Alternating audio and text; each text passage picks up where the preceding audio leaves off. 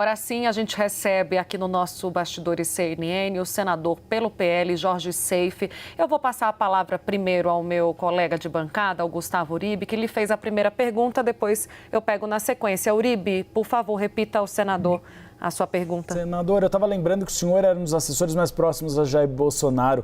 O senhor acredita que ele tramou um golpe de Estado ou pelo menos tinha conhecimento? Uribe, Tainá, boa tarde. Agora estão me ouvindo bem? Agora sim. Está ótimo. Maravilha.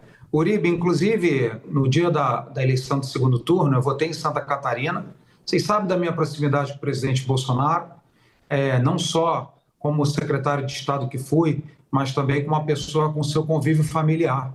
E eu acompanhei, né? Votei em Santa Catarina, eu votava então na cidade de Itajaí, viajei para Brasília e acompanhei ali praticamente 2 semanas o dia a dia do Palácio da Alvorada. O presidente não estava nem indo para o Planalto, estava muito amargurado, logicamente, naturalmente, por ter perdido a eleição. E eu sirvo de testemunho ocular. Estávamos com ele, conversávamos com ele, almoçávamos com ele, vários ministros vinham, várias pessoas vinham, amigos, e nunca houve qualquer conversa torta ou planejamento de golpe, porque as pessoas do seu entorno, do seu núcleo duro, e eu me considero uma dessas pessoas, logicamente saberiam, testemunhariam algo de anormal. E realmente, Uribe, não houve. Agora, senador, o que a gente ouviu hoje, é claro, corremos para conversar com vários de vocês, pessoas próximas e do entorno daquele núcleo mais próximo do ex-presidente Jair Bolsonaro. Eu, particularmente, ouvi que o ex-presidente estava muito tranquilo. Mas é uma situação para estar tão tranquilo assim, senador? Porque ao indiciamento dele, há a possibilidade de um oferecimento de denúncia, pelo que a gente apura até aqui, isso vai acontecer no próximo ano, com a extensão da inelegibilidade do ex-presidente. Tudo bem, o ex-presidente pode até estar tranquilo, segundo seus interlocutores, mas vocês do PL, como é que estão tratando esse assunto internamente? E como partido, tendo o Bolsonaro como a figura central, como é que vocês se reorganizam diante dessas informações recentes? Tainá, inclusive, nós acompanhamos aí, o Brasil inteiro acompanhou a entrevista dele anteontem no aeroporto aqui de Brasília, né? O presidente está tranquilo porque não fez nada. E uma prova inconteste de que a população está enxergando que há sim perseguição política foi a pesquisa que saiu hoje, eu li no Poder 360, se não me engano, do Paraná Pesquisa, que logo no dia que a Polícia Federal ofereceu a denúncia, né, fizeram uma pesquisa de popularidade e o presidente Bolsonaro só cresce. As pessoas sabem quem é o presidente Bolsonaro. E eu lhes pergunto ainda, Tainá, eu não consegui ler todas as 800 páginas, até minha assessoria aqui está me ajudando para nós. Eu não sou advogado, sou administrador, mas quando nós nos elegemos para Senado, a gente precisa entender um pouco de direito. Então, é o seguinte, o que a gente vê ali, né?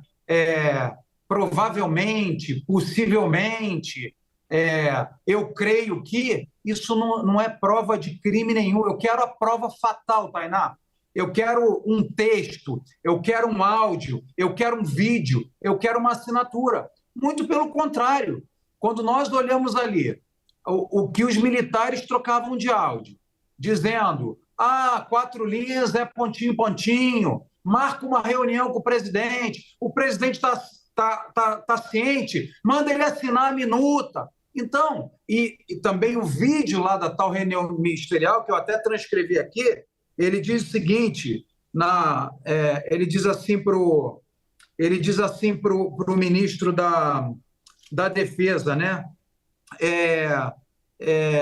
Olha, não é com tiro, não é com militar, está gravado, está no YouTube. Então, as provas, para mim, são incontestes de que Bolsonaro não foi o golpista, e sim quem evitou o golpe de Estado que o seu entorno, aloprado tem todo que é lado, inconformados tem em todos os lados, mas ele estava sendo ali bombardeado, pressionado pelo seu entorno a assinar minuta, a dar ordem, a recebê-los, e eles estavam muito inconformados, xingando o presidente, chamando de vários nomes que vocês sabem, os áudios estão aí, agora são abertos ao público. Então, muito pelo contrário, mostra as provas, são sim, Tainá, Uribe e a todos que nos acompanham na CNN, incontestes de que tinham pessoas a postos dispostas a fazer algo e que não fizeram porque o presidente simplesmente não se manifestava, não os recebia, não assinou absolutamente nada. Eu quero, e com todo respeito aqui a Tainá e a nossa audiência, eu quero batom na cueca, eu quero a prova em conteste, eu quero uma assinatura, eu quero um áudio, eu quero um vídeo. Então, todas as provas factuais, as provas incriminatórias, não há em nenhum momento das 800 páginas. O que há, sim, para mim, uma elucubração tragicômica ligando vários fatores. E eu falo mais algo para vocês para não virar monólogo. Eu estudo golpes de Estado no mundo inteiro, sempre gostei do tema, já li livros, já vi documentários. Não existe, Uribe, golpe sem arma, não existe golpe sem sangue, sem liderança, não há golpe sem fuzil, sem tanque. E o que nós vemos lá? Pessoas no 8 de janeiro quebrando vidraça, revoltados, vândalos, como já vimos várias vezes na história de Brasília, inclusive quando o Temer assumiu, em revolta lá, vários ônibus vieram, quebraram tudo, quebraram o ministério, quebraram tudo, e aqueles lá eram manifestantes, e agora são terroristas. Então as coisas não encaixam, as coisas não se comprovam. Se nós falarmos o seguinte, e já passo a palavra para vocês de novo, olha, o entorno do Bolsonaro desejou profundamente que tivesse uma atitude mais radical. O presidente sempre falou e sempre nos fala, respeito às 4 linhas. E ele assim se comportou durante toda a sua trajetória política e permanece nessa mesma crença e respeito à Constituição. Senador, o senhor citou essa fala no aeroporto. Teve um ponto que ficou um pouco não interligado, uma linha solta, que talvez o senhor possa nos ajudar a entender. Quando se fala em a minuta golpista, o próprio Jair Bolsonaro disse, na verdade, tinha sim um decreto para estado de sítio. Eu queria entender a motivação desse decreto de estado de sítio, porque o Brasil não tinha guerra, não tinha comoção social. Por que o presidente Jair Bolsonaro participou da elaboração de um decreto de minuta de sítio?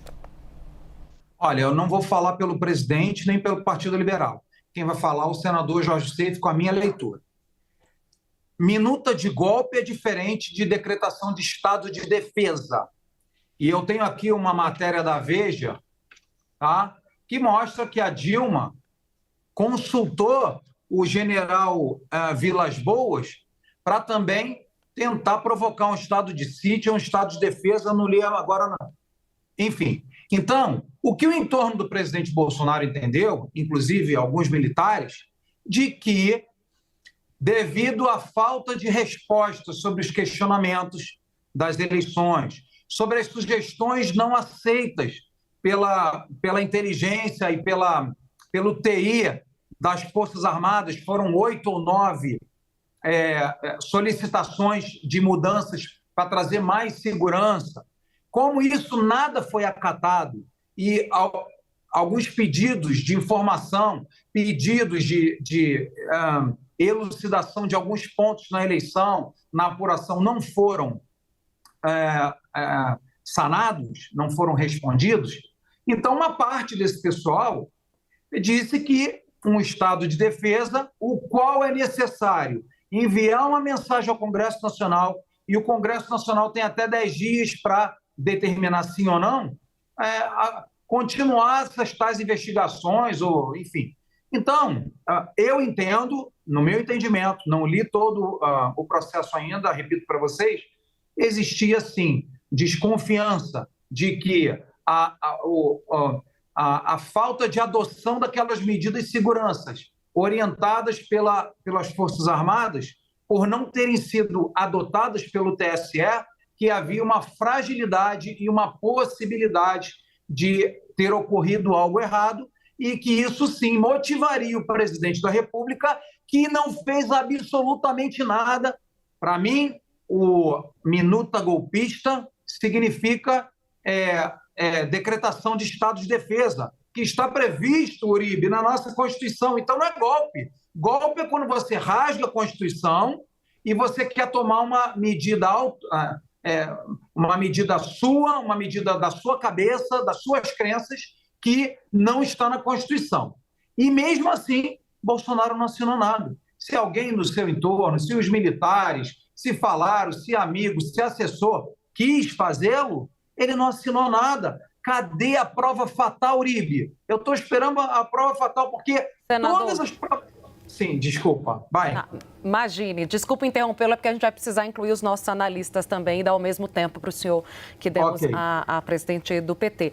Só para engatar aqui numa questão, né? Porque o senhor está falando, defendendo o ex-presidente Jair Bolsonaro, claro, cobrando aí uma prova cabal em relação à participação dele no que a Polícia Federal diz ter sido, né, a trama de um golpe, consequentemente o que aconteceria, né, posteriormente seria até a execução do presidente Lula, do vice e do Alexandre de Moraes, o que já é de conhecimento. Mas restam algumas dúvidas também quando a gente ouve esse tipo de argumento sobre a motivação desse tipo de debate no entorno e com pessoas tão próximas do ex-presidente, porque as mensagens ali mostram, né, que o ex-presidente ele foi consultado algumas vezes, inclusive no que o Mário Fernandes, que foi o cara que imprimiu lá o plano de execução no Planalto. Ele chama de assessoramento aceito pelo ex-presidente. Por que isso tudo estava sendo discutido naquele contexto, na sua avaliação, então? Porque havia uma discussão em curso e o que a Polícia Federal indica é de que essa discussão ela batia várias vezes ali na porta do ex-presidente Jair Bolsonaro. E além disso, por que o ex-presidente, o senhor que conhece muito bem ele, lá atrás, diante dessas investidas, né, as quais o senhor e outros nomes próximos a ele designam apenas aos militares, investidas golpistas, né, não barrou esse tipo de conversa logo de saída? Por que ele deu vazão para que esse tipo de diálogo seguisse por tanto tempo? Tainá, tem uma frase popular que diz o seguinte: quem tem boca fala o que quer. Eram pessoas que serviram no governo dele. Então, se um assessor meu vier aqui agora bater na minha porta, eu estou no meu gabinete aqui no Senado, falar, senador, preciso aqui te trazer uma ideia, eu vou ouvir. Agora, cogitação, preparação, execução e consumação são fatores que determinam quando um crime é levado a cabo. E se ele ouviu tudo isso, é mais uma prova inconteste de que se desejou fazer um golpe e ele não ouviu o seu entorno, ele não assinou a minuta do golpe, e ele viajou para os Estados Unidos, ele não deu ordem nenhuma, ele exortou publicamente seu ministro da Defesa, dizendo: não é com tiro, não é com bala, não é com o exército na rua que nós vamos resolver nada, é 4 linhas. Então, mais uma prova cabal de que o presidente Bolsonaro evitou um possível golpe por sua atitude constitucionalista, democrática e respeitador das leis. Senador, eu vou pedir um minutinho, a gente vai dar uma informação de última hora e a gente volta aqui na sequência com o senhor agora. Vamos lá. Breaking News, CNN. O ministro da Fazenda, Fernando Haddad, vai anunciar na noite de hoje pacote fiscal e vai incluir a isenção no imposto de renda da pessoa física para quem ganha até R$5.000. Será em pronunciamento em cadeia nacional, televisão e rádio, às 8h30 da noite. O Palácio do Planalto reservou esse horário às emissoras de TV. Essa é uma apuração da Cristiane Norberto, Larissa Rodrigues, Pedro Teixeira, Débora Bergamasco e também com a apuração de Tainá Falcão. O ministro da Fazenda, Fernando Haddad, vai anunciar então finalmente o pacote de corte de gastos e vai aproveitar para anunciar um ponto, que é uma promessa de campanha de Luiz Inácio Lula da Silva, a isenção do imposto de renda para pessoas físicas que ganham até R$5.000. Esse anúncio será feito durante o pronunciamento em cadeia nacional. Essa proposta vai ser enviada ao Congresso Nacional pelo governo, junto com o pacote de corte de gastos que vem sendo elaborado pela equipe econômica desde o fim das eleições municipais. Esse arranjo também deve ser detalhado pelo ministro durante o pronunciamento. Esse ponto é importante, porque é o pontapé inicial, não apenas da reforma tributária sobre o consumo, mas também da reforma tributária sobre a renda, um foco de Lula em 2025.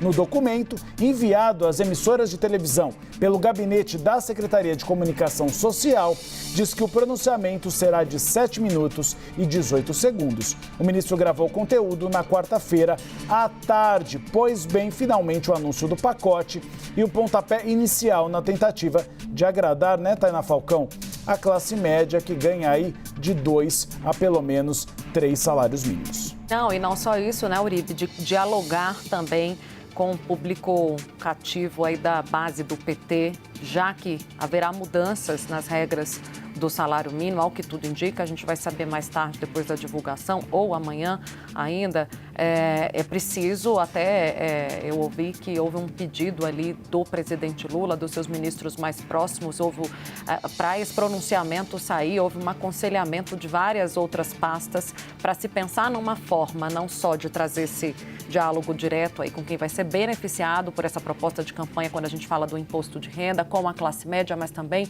com aqueles que terão a vida de alguma forma alterada com as mudanças que serão anunciadas nas regras de reajuste do salário mínimo. A gente vai detalhar daqui a pouquinho o que está na mesa, o que deve vir nesse pacote de gastos, trazendo também a possibilidade já de uma conversa com as cúpulas do Congresso, como dissemos na abertura do nosso Bastidores, depois a chancela dos líderes e, finalmente, o anúncio do pacote integralmente. Vamos voltar a falar com o senador Jorge Seife. A Juliana Lopes está com a palavra.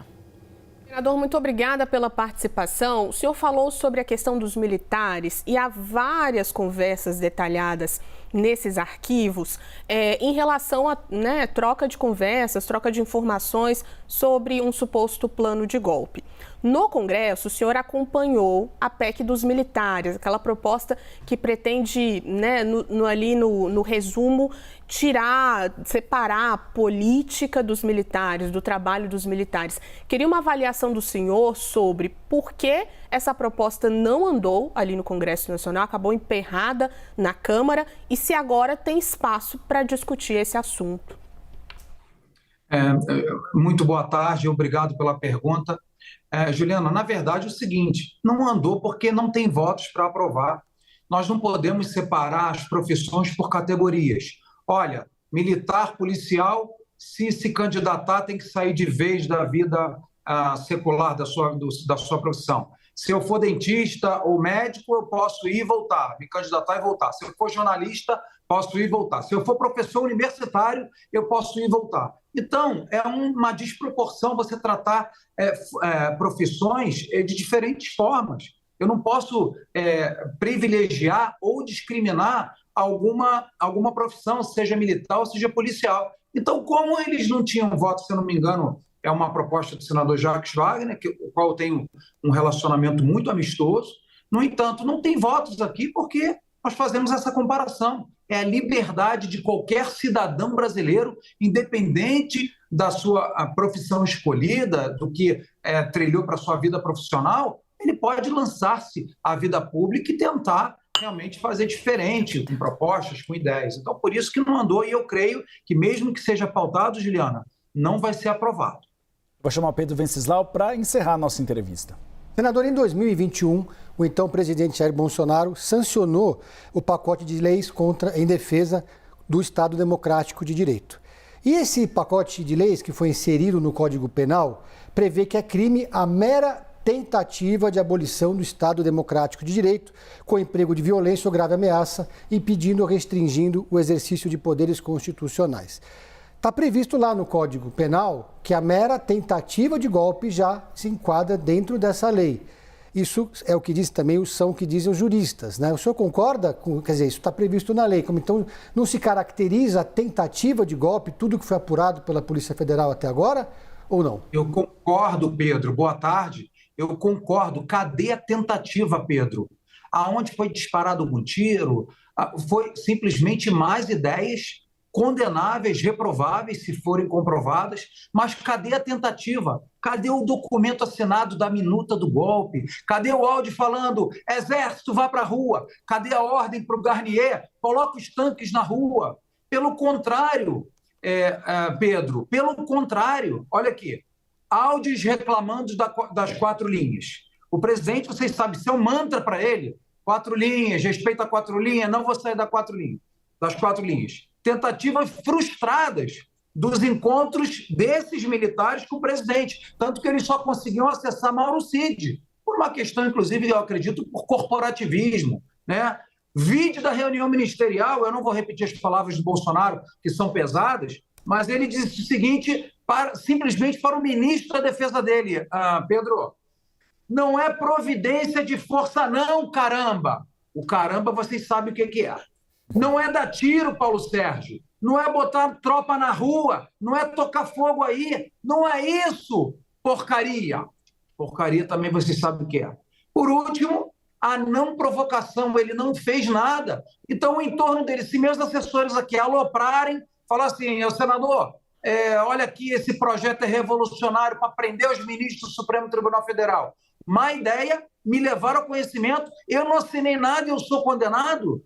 Não, ele não agiu. Ele, né?